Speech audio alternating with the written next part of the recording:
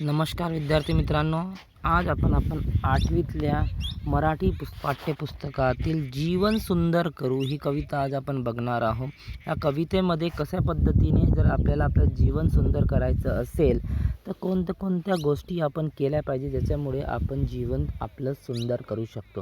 आता आपल्याला वाटत असेल की जीवन सुंदर करणं म्हणजे फक्त पैसा कमवणं, तर असं नाही आहे मित्रांनो. जीवन सुंदर करणं म्हणजे त्याच्या मागे आहे की आपण कसली तरी सेवा केली पाहिजे, आपण काहीतरी असं कार्य केलं पाहिजे ज्याच्यामुळे आपलं जीवन सार्थक झालं पाहिजे. जे या कवितात आपल्याला सांगितलेलं आहे ते आपण आज इथे बघणार आहोत मित्रांनो. तर विद्यार्थी मित्रांनो, आपण आपलं जीवन कशा पद्धतीने सुंदर करू शकतो ते कवितेमध्ये आज आपण बघणार आहोत. तर ही कविता ल नाईक यांनी लिहिलेली ही कविता आहे. ही कविता जे प्रसिद्ध कवी आहे हा एक, आणि विविध मासिके, वृत्तपत्रे, नियतकालिके यातून यांनी लेखन केलं आहे. म्हणजे विविध पद्धतीने विविध माध्यमातून त्यांनी काय केलं आहे मित्रांनो, लेखन इथे केलेलं आहे.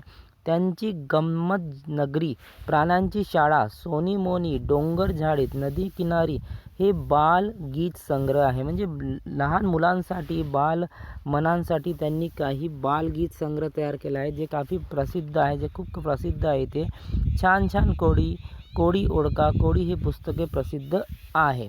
बालकवी पुरस्कार, काव्य गौरव पुरस्कार, जीवन गौरव पुरस्कार यासारखे अनेक पुरस्कारांनी त्यांना सन्मानित केलेलं आहे. म्हणजे हे एवढे प्रसिद्ध कवी आहे ल नाईक की त्यांना त्यांच्या कार्यासाठी विविध पुरस्कारांनी त्यांना सन्मानित करण्यात आलं. जसं बालकवी पुरस्कार त्यांना भेटण्यात आला, काव्य गौरव पुरस्कार त्यांना देण्यात आला, जीवन गौरव पुरस्कार त्यांना देण्यात आला. तर प्रत्येक पद्धतीने त्यांचा जीवनाचा जो कार्याचा त्यांचा काय केला करण्यात आला आहे, म्हणजे अभ्यास किंवा त्यांच्या जीवनाचं त्यांनी हे करण्यात आलं. जीवन सुंदर करण्यासाठी आता कवितेमध्ये आपण कवितेमध्ये काय बघणार त्याच्यावर आपण दृष्टिक्षेप घालू.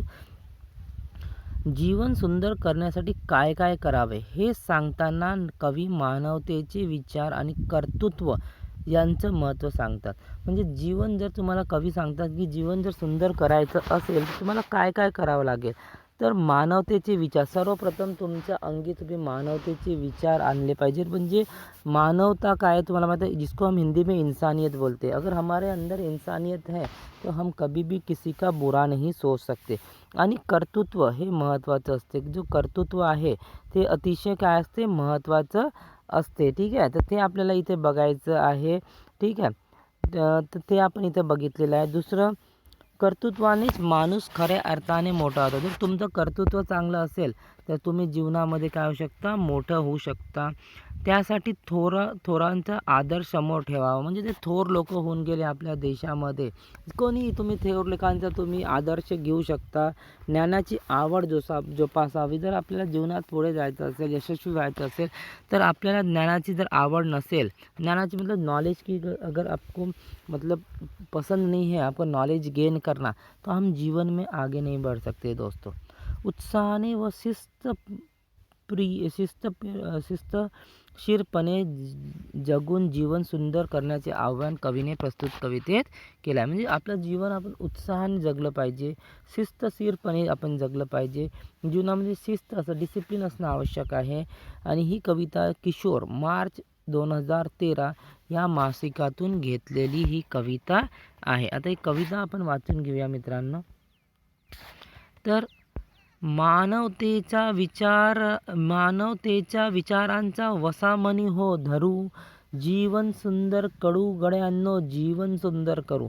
म्हणजे याच्यात कवीने काय सांगितलं आहे की मानवतेचा आपण विचारांचा वसा म्हणजे एक व्रत. आपण बोलते ना उपवास करते व्रत, किंवा मैं जब भी जीऊँगा तो जिसके जो जीवन में जीऊँगा वो मानवते के आधार पर वो जीवन होगा.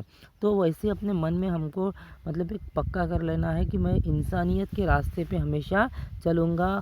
आणि जीवन सुंदर करू गड्यांनो, म्हणजे गड्यांनो म्हणजे सोबत्यांनो, मित्रांनो, हम हमारा जीवन कैसे करेंगे सुंदर. अगर इंसान दूसरों के काम नहीं आता तो वो इंसान किसी काम का नहीं होता है, ऐसे यहाँ पर बताया गया है दोस्तों. इस वजह से इंसान अगर हम हैं तो हमने ऐसा व्रत करना चाहिए कि हमारा जीवन दूसरों के काम में आना चाहिए. तो समझा पहले पैराग्राफ एक्स्ट्रैक्ट. दूसरा हम देखते हैं, झटकून टाकू आळस सारा, चैतन्य जागवेल पहाट वारा.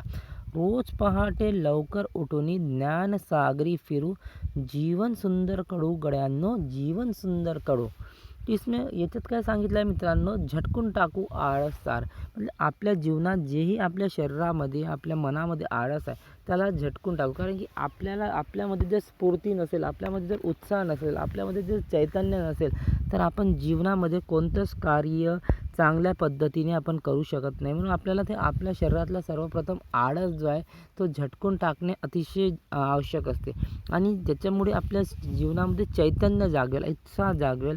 आणि रोज पहाटे आपण सकाळी लवकर उठलं पाहिजे आणि ज्ञानसागरी फिरू, म्हणजे ज्ञानाच्या शोधात आपण आपली भटकंती केली पाहिजे. म्हणजे ज्ञान घेतलं पाहिजे, ज्ञान अर्जित केलं पाहिजे रोज सकाळी उठून, असं आपल्याला कळतं. कारण की ज्यांच्याकडे ज्ञान आहे आणि ज्यांच्याकडे ज्ञानरूपी सागर आहे ते जीवनामध्ये कधीच कोणाचं वाईट करू शकत नाही. ते जीवनामध्ये नेहमी आपलं जीवन दुसऱ्याच्या उपयोगी लावण्यास लागतात. ठीक आहे. ग्रंथगुरूंची संगत ठेवू, ज्ञानझरांचा पाणी पिऊ, होऊन गेले अनेक महात्मे मार्ग त्यांचा अनुसरू, जीवन सुंदर करू गड्यांनो, जीवन सुंदर करू. म्हणजे ग्रंथ गुरूंची सांगत ठेव, म्हणजे जो पण ग्रंथ लिहिलेले आहे, जे गुरु महान गुरु होऊन गेले त्यांचे जो शिकवण आहे ते आपण अंगी ठेवू. म्हणजे उनकी जो बताई गई बातें हैं उनको हम ध्यान में रखेंगे. जो भी गुरु है उनकी, और ज्ञान झरांचे मतलब उन्होंने जो हमको ज्ञान रूपी सागर जो उन्होंने दिया है, जो ज्ञान उन्होंने दिया है, उसका हम हमेशा क्या करेंगे, उसको ग्रहण करेंगे, ताकि हमारे जो नॉलेज में, हमारे जो ज्ञान में एक इजाफा हो, उसमें बढ़ोतरी हो.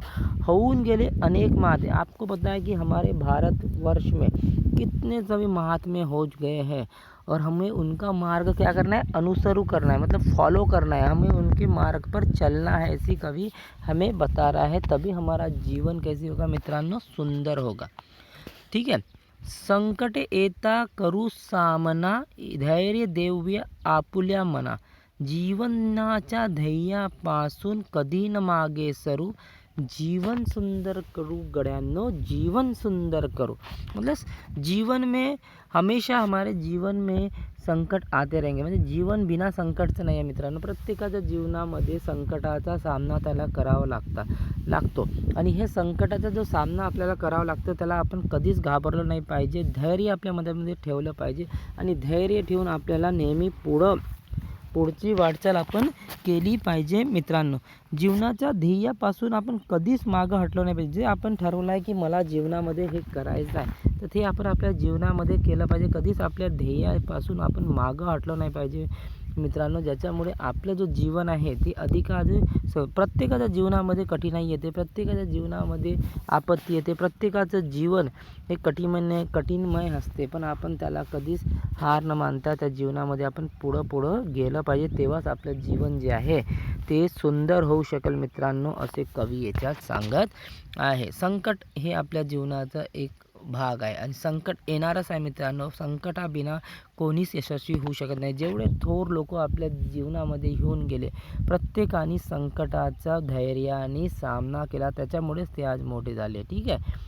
नव्या युगाचे ज्ञान वाढवू, आपणच आपले जीवन घडवू, कर्तृत्वाने आपण सारे भारतभूषण ठरू, जीवन सुंदर करू गड्यांनो, जीवन सुंदर करू. म्हणजे आता जी नवीन पिढी आहे, हे नवीन पिढींना आपल्याला ज्ञानरूपी सागर त्यांना द्यायचा आहे. आपल्याकडे जे पण असलेलं ज्ञान आहे ते आपण त्यांना पास ऑन करायचा है. मतलब हमारे जीवन में जो भी ज्ञान है, नॉलेज है, हमें ये अपने से तक सीमित न रखते हुए दूसरों को देना है, और अपन अपने जीवन, तभी हम हमारा जीवन अच्छे से मतलब काय करू शकतो, घडवू शकतो. मतलब हम अपना जीवन अच्छे से बिता सकते. जो भी ज्ञान हमको है उसका अगर दूसरों को फ़ायदा होता है तो उससे बड़ी बात कोई नहीं होती. कर्तृत्वाने आपण सारे भाषा, मतलब हमारा जो कर्तृत्व इतना अच्छा हम रखेंगे कि जिसकी वजह से हम भारत का गौरव हमें कहा जाएगा. हम अच्छा काम करेंगे तो हम भारत का गौरव हमें कहा जाएगा. इस प्रकार से कवि ने हमें प्रोत्साहन किया है कि इंसानियत के मार्ग पर चलो. जो भी हमारा ज्ञान है, वो नॉलेज है, वो दूसरों को दूसरे के लिए उपयोग में लाओ, तभी हमारा जीवन जो है वो सुंदर हो सकता है। दोस्तों, ऐसी इस कविता में बहुत अच्छा संदेश कवि ने देने का प्रयास किया है। ये कविता जो है वो काफ़ी अच्छा मैसेज हमें देती है कि जीवन में अगर हम आए हैं तो हम जीवन में क्या क्या हमें करना चाहिए, जिस वजह से एक प्रकार का मानवता का संदेश सभी दुनिया में जाएगा और सभी दुनिया अच्छे से अपना जो उदर निर्वाह कर पाएगी। ठीक है, धन्यवाद दोस्तों।